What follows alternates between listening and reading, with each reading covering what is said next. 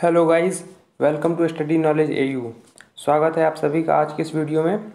आज हम इस वीडियो में नॉर्थ इंडिया की important and major rivers cover करेंगे। लास्ट वीडियो में हमने इंडिया के इम्पोर्टेंट नेशनल पार्क कवर किए थे, जिसका लिंक डिस्क्रिप्शन में दिया हुआ है। आप लोग चाहें तो उसे देख सकते हैं।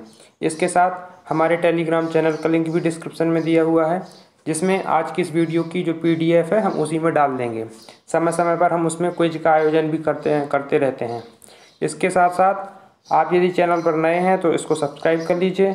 यदि पहले से जुड़े हुए हैं तो वीडियो को लाइक और शेयर कर दीजिए।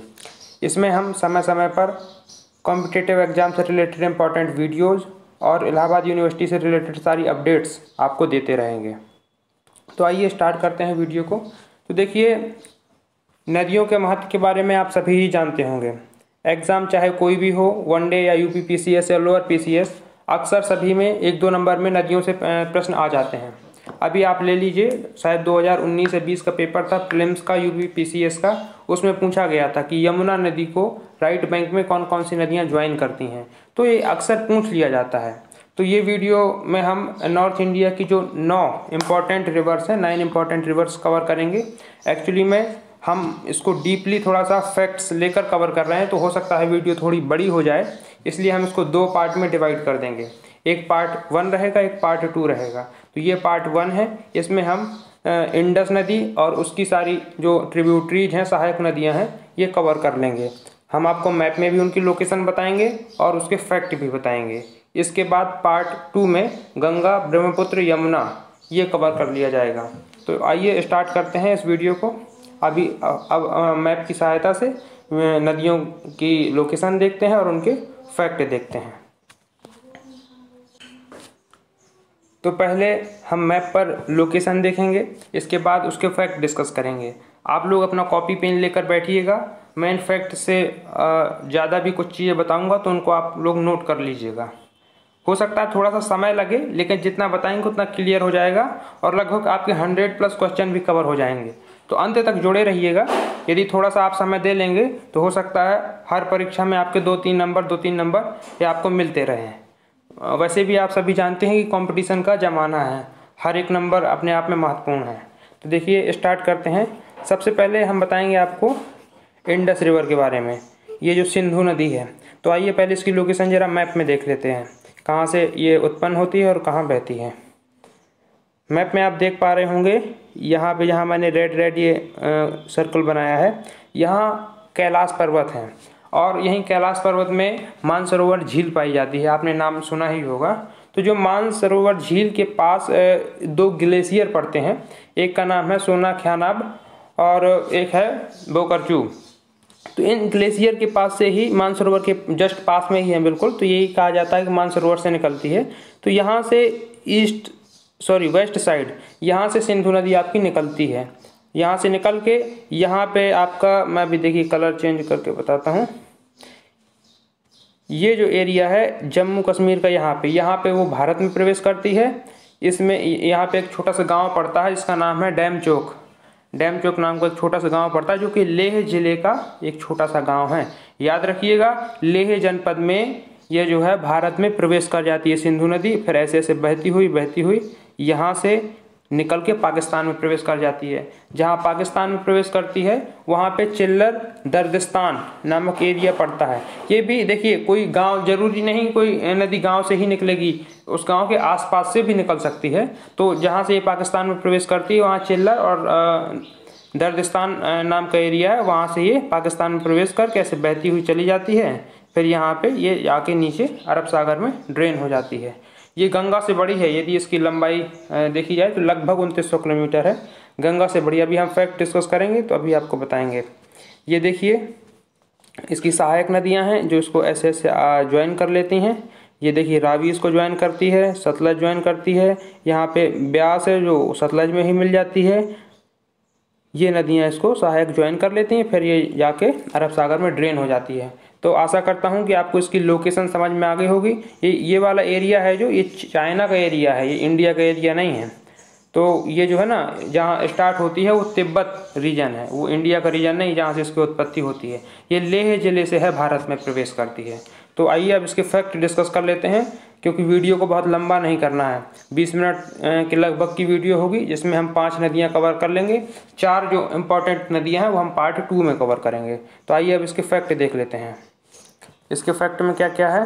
फैक्ट देखिए इंग्लिश में लिखे हुए हैं, मैं हिंदी में एक्सप्लेन कर दूंगा, तो आप लोग कॉपी पेन लेके बैठिएगा, आपको कोई दिक्कत नहीं होगी, सब कुछ समझ में आएगा, भले ही वो इंग्लिश में लिखा है। जो इंग्लिश मीडियम वाले हैं उनको तो कोई परेशानी होगी ही नहीं।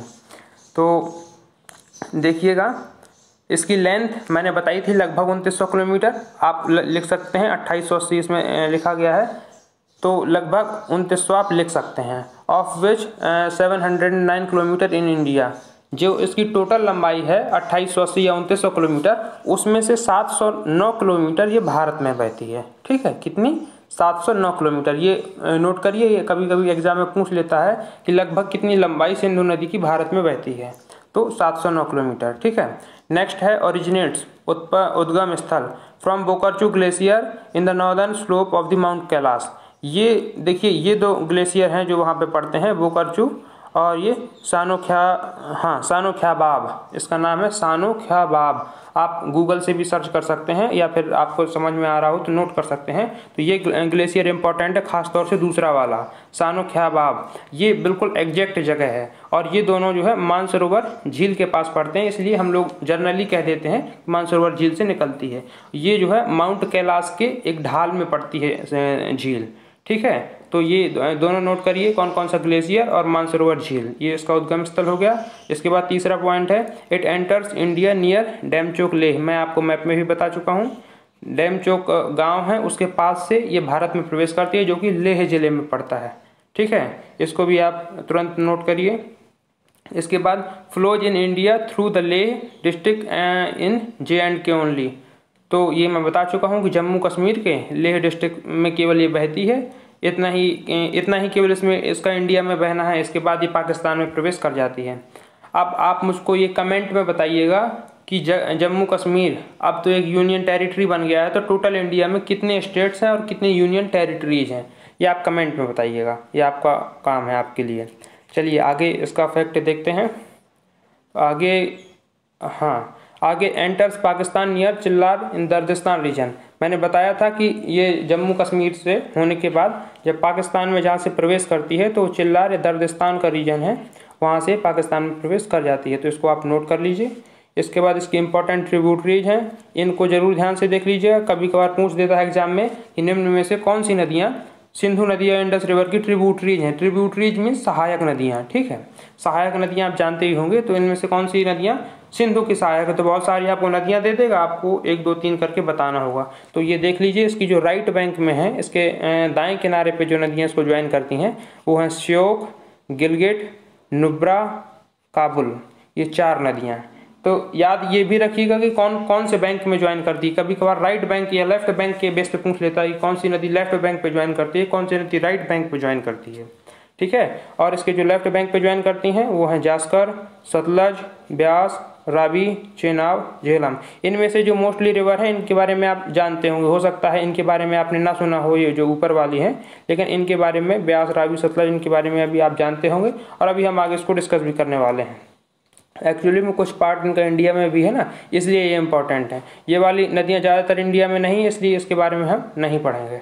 तो ठीक है, अब आगे बढ़ते हैं अपनी सेकंड रिवर की ओर, जो है आपकी रावी नदी, इंडस की एक सहायक है। इनमें बहुत ज़्यादा फैक्ट नहीं है, लेकिन फिर भी कहाँ से उत्पन्न होती हैं, कितनी बहती हैं, कहाँ जाकर मिल जाती हैं, इतना ज़रूर जान लेना चाहिए। तो रावी रिवर के बारे में, originates this river rises from the Chamba in Kullu hills near Rohtang pass in Himachal Pradesh. तो जो हिमाचल प्रदेश है वहाँ पर रोहतांग दर्रा पड़ता है। दर्रा आप जानते ही होंगे, दर्रा क्या होता है, जो 2 पर्वत श्रेणियाँ होती हैं उसके बीच से जो एक गहराई वाला स्थान होता है उसको हम दर्रा कह देते हैं। तो जो रोहतांग पास पड़ता है आपका हिमाचल प्रदेश में, हिमाचल प्रदेश में जो रोहतांग पास पड़ता है वहीं पे एक चंबा स्थान है कुल्लू की पहाड़ियों के पास। कुल्लू का नाम आपने सुना ही होगा, कुल्लू मनाली। तो जो कुल्लू की पहाड़ियाँ हैं वहीं पे एक चंबा नामक स्थान है, वहीं से ये नदी आपकी निकलती है। ठीक है, तो ये आपसे अलग टाइप में पूछा जा सकता है क्वेश्चन, यदि आपसे पूछे कि निम्न में से कहाँ से रावी नदी निकलती है। यदि चंबा विकल्प में हो तो चंबा लगाइएगा, कुल्लू विकल्प में हो तो कुल्लू लगाइएगा। यदि ये पूछे किस दर्रे से निकलती है तो रोहतांग दर्रा, ठीक है। प्रदेश पूछे तो हिमाचल प्रदेश। तो ये चारों इसके फैक्ट नोट करिए। इसकी टोटल लंबाई 720 किलोमीटर है, ये लिखी हुई है 720 किलोमीटर लंबी है ये इसकी लंबाई हो गई। अब इसके आगे फैक्ट देखते हैं। आगे में इसके क्या क्या है। It drains the area between Pir Panjal and Dhauladhar ranges. तो जो पीर पंजाल और धौलाधर ये हिमालय की दो पर्वत श्रेणियां हैं और इन्हीं दो पर्वत श्रेणियों के बीच में यह नदी बहती है, ठीक है। तो ये इम्पोर्टेंट है, ये दोनों उनके नाम याद कर लीजिएगा। पूछा जा सकता है निम्न में से कौन सी श्रेणियों के बीच रावी नदी बहती है, तो पीर पंजाल और धौलाधर, या फिर, ठीक है। तो इन दोनों के नाम नोट कर लीजिएगा। या फिर ऐसे भी पूछ लेता है कि कौन कौन सी पर्वत श्रेणियां हैं जिनके बीच से रावी नदी बहती है, तो पीर पंजाल और धौलाधर, या फिर धौलाधर या पीर पंजाल के बीच से कौन सी नदी बहती है, तो वो है आपकी रावी नदी, ठीक है। तो इसको आप लोग नोट कर लीजिएगा। इसके बाद हम बढ़ते हैं नेक्स्ट पॉइंट पे। थोड़ा सा बैकग्राउंड में शोर हो रहा होगा तो उसको माइंड नहीं करिएगा, हाँ समझ सकते हैं आप लोग। हम अपने कंटेंट पे ध्यान देते हैं। आगे वाला पॉइंट है it enters Punjab plains near Madhopur. तो जो माधोपुर नामक क्षेत्र है वहाँ से ये पंजाब में प्रवेश करती है, ठीक है। इसको नोट करिए। माधोपुर नामक क्षेत्र के पास से पंजाब में प्रवेश करती है। पंजाब के मैदान जो पंजाब, देखिए एक बात बता दूँ पंजाब के बारे में, पंजाब केवल भारत में ही नहीं है। भारत का जितना पंजाब है उससे कहीं बड़ा पंजाब पाकिस्तान में भी है, क्योंकि पंजाब का मतलब होता है पंज मीन्स पाँच, आब मीन्स बीच का स्थान, 5 नदियों के बीच का स्थान वो पंजाब कहलाता है। तो ये नदियाँ केवल भारत में तो बहती नहीं हैं, साथ ही साथ पाकिस्तान में भी ड्रेन करती हैं। तो पंजाब का कुछ हिस्सा पाकिस्तान में भी है, जहाँ वो भी बहुत उपजाऊ है, वहाँ पे भी अच्छी फसल होती है। अब चूँकि नदियों के बीच का स्थान है तो ज़मीन तो उपजाऊ होगी ही, इसलिए आप देखते होंगे कि पंजाब के लोग खेती ज़्यादा करते हैं और वहाँ अच्छी उपज भी होती है। तो कारण यही है कि नदियों के बीच का स्थान है, इसलिए भूमि बहुत उपजाऊ है। तो याद रखिएगा माधोपुर के पास से ये पंजाब में प्रवेश करती है। इसके बाद आपका है enters in Pakistan below the Amritsar. जो पाकिस्तान में ये प्रवेश करती है, जो अमृतसर आपने पंजाब का सुना ही होगा, उसके नीचे से ये पाकिस्तान में ड्रेन कर जाती है। नीचे का मतलब ये होता है कि मान लीजिए है कोई सिटी, मान लीजिए ये है तो उसके नीचे से ऐसे निकल जाना। नीचे का मतलब ज़मीन के नीचे नहीं चली जाती है, ठीक है। तो इसको नोट करिए अमृतसर को। इसके बाद आपका नेक्स्ट पॉइंट है it drains into Chenab near Rangpur in Pakistan. ये आगे जाकर चेनाब नदी से मिल जाती है और जहाँ मिलती है वहाँ रंगपुर क्षेत्र पड़ता है जो कि पाकिस्तान में है। तो इसको नोट करिए कि रंगपुर पाकिस्तान में ये चेनाब नदी से मिल जाती है। इसके बाद तीसरी आपकी है सतलज रिवर। इसके भी फैक्ट देख लेते हैं। पहले इसको हम मैप में देख लेते हैं एक बार सतलज को, फिर इसके फैक्ट देखते हैं। तो आइए मैप की ओर। मैप में आपकी ये रही सतलज, ध्यान से देखिएगा। ये आपकी ये आपकी सतलज है जो आके बाद में मिल जाती है, ठीक है। इसी में ब्यास भी मिल जाती है। तो ये आपकी सतलज नदी है। अब इसके फैक्ट देख लेते हैं हम, सतलज के क्या क्या इंपॉर्टेंट फैक्ट हैं।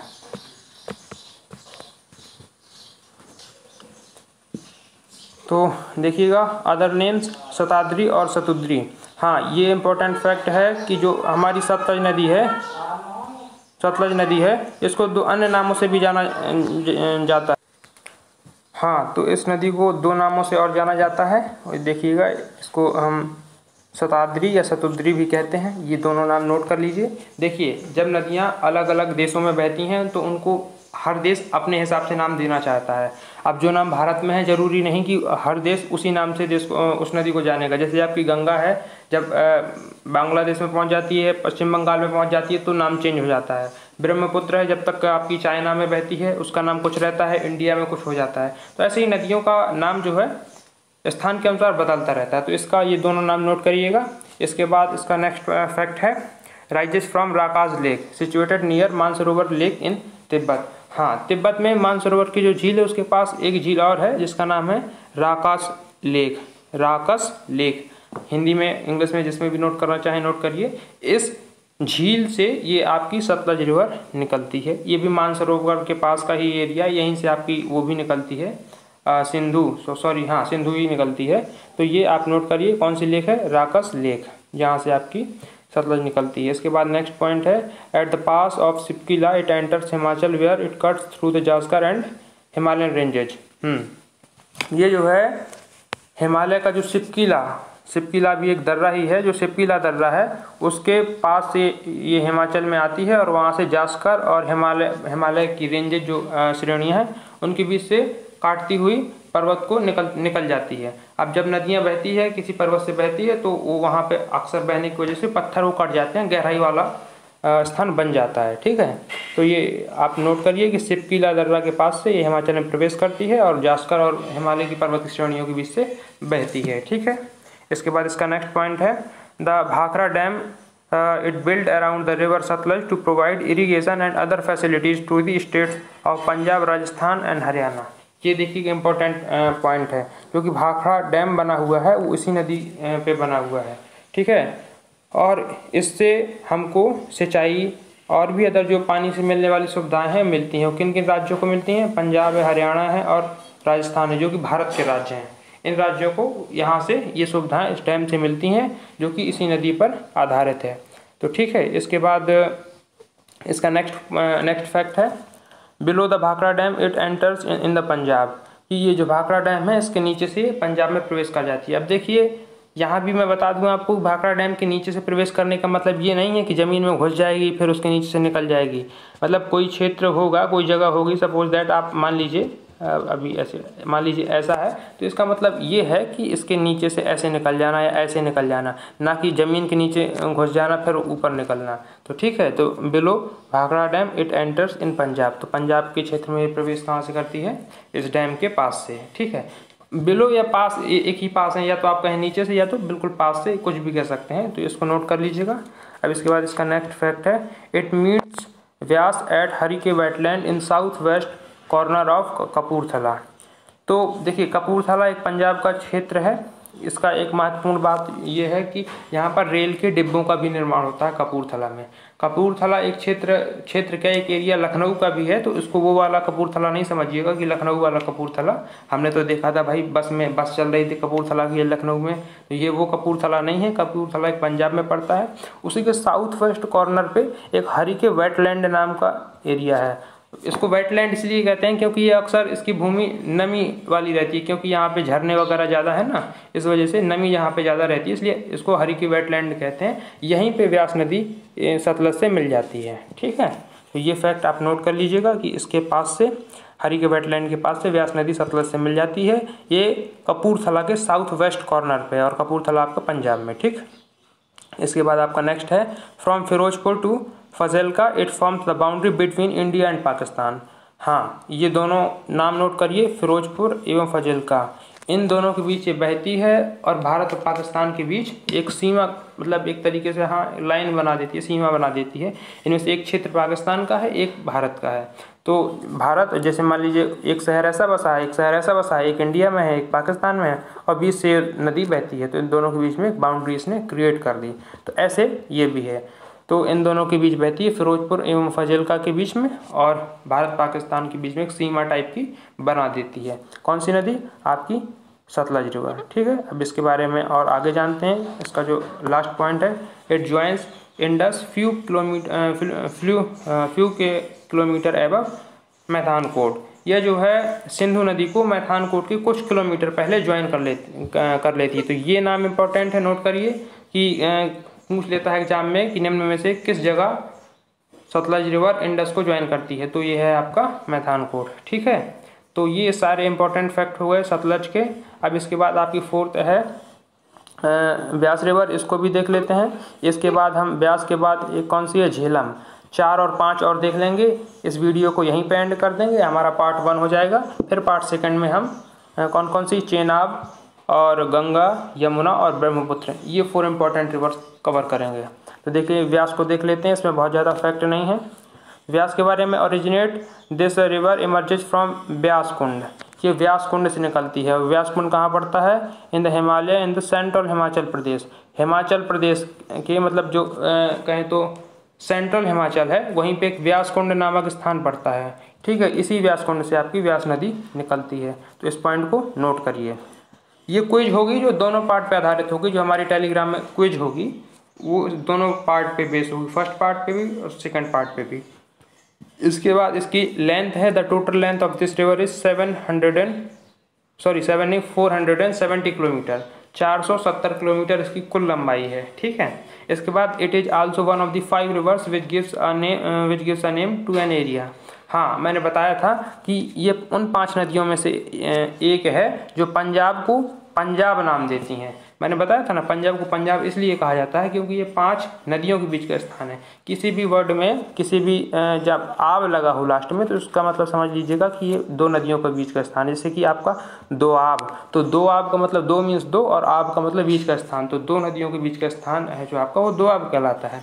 ऐसे ही 5 नदियों के बीच का स्थान पंजाब कहलाता है, तो ये उन्हीं 5 में से एक है। ठीक है, तो ये इसके फैक्ट हो गए। अब लास्ट रिवर है जो आपकी झेलम, इसके बारे में जो फैक्ट हैं वो जान लेते हैं और इस पार्ट को यहीं पे एंड करेंगे, फिर नेक्स्ट पार्ट लेके आएंगे। तो इसमें क्या है, originate the river Jhelum rises from Verinag a deep spring in the western Jammu and Kashmir union territory of India. हाँ, तो जम्मू कश्मीर है जो आपकी अब यूनियन टेरिटरी है, केंद्र शासित प्रदेश है, तो उसमें एक वैरंग एक स्प्रिंग पड़ता है, स्प्रिंग मीन्स झरना, और उसी झरने से आपकी झेलम रिवर निकलती है। ठीक है, ये कहाँ पड़ता है, पश्चिमी जम्मू कश्मीर में, वेस्टर्न जम्मू कश्मीर में। ठीक है, तो इसको नोट करिए, वेस्टर्न जम्मू कश्मीर में वैरंग एक स्प्रिंग पड़ता है, झरना पड़ता है, वहीं से आपकी रिवर झेलम निकलती है। अब कमेंट में आप हमको ये बताइए कि इंडिया में प्रेजेंट टाइम में कितनी यूनियन टेरिटरीज हैं, मतलब केंद्र शासित प्रदेश हैं, और टोटल कितने राज्य हैं। ठीक है, अब हम देखते हैं इसका नेक्स्ट वाला फैक्ट। नेक्स्ट फैक्ट की ओर बढ़ते हैं। अब इसमें इसकी टोटल लेंथ है, 725 किलोमीटर, 725 किलोमीटर इसकी टोटल लेंथ है। ठीक है, आफ्टर पासिंग थ्रू श्रीनगर, हाँ ये बता देता हूँ आपको, after passing through Srinagar it flows into Wular lake and then passing through Baramulla and Uri it enters into Pakistan. ये नदी श्रीनगर से बहती हुई पहले वुलर लेक में जाके मिल जाती है, फिर उसकी दूसरी स्ट्रीम उस तरफ से निकलती है, वो जाके इससे बारामूला और उरी से होकर जाके पाकिस्तान में प्रवेश कर जाती है। तो ये इम्पोर्टेंट फैक्ट तो यही है, याद रखिएगा कि वुलर लेक कहाँ पड़ती है, तो श्रीनगर में, जो कि जम्मू कश्मीर में है। तो ये आपको एक नया फैक्ट मिल गया, और बाकी मैं बता देता हूँ कैसे वुलर लेक में मिलती है, फिर कैसे पाकिस्तान जाती है।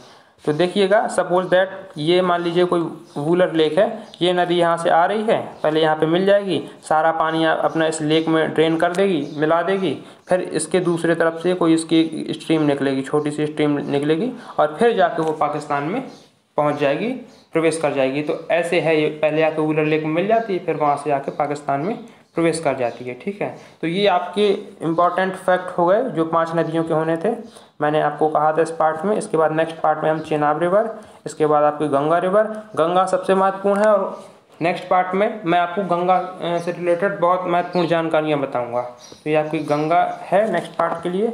इसके बाद आपकी यमुना है, यमुना के बाद आपकी ब्रह्मपुत्र है। ये 9 नदियाँ जो कि उत्तरी भारत की हैं, बहुत ही महत्वपूर्ण है किसी भी एग्जाम की दृष्टि से। तो ठीक है फ्रेंड्स, मिलते हैं नेक्स्ट पार्ट में। सब्सक्राइब कर लीजिएगा, शेयर कर लीजिएगा, कमेंट बॉक्स में कोई भी प्रॉब्लम होती है, कोई भी सुझाव होता है हमारे लिए तो आप बता सकते हैं। व्हाट्सएप वाला मेरा कॉन्टैक्ट दिया हुआ है, कोई समस्या होती तो व्हाट्सएप कर सकते हैं, और टेलीग्राम का लिंक दिया हुआ है, आप उसको भी ज्वाइन कर सकते हैं। थैंक यू, मिलते हैं नेक्स्ट वीडियो में।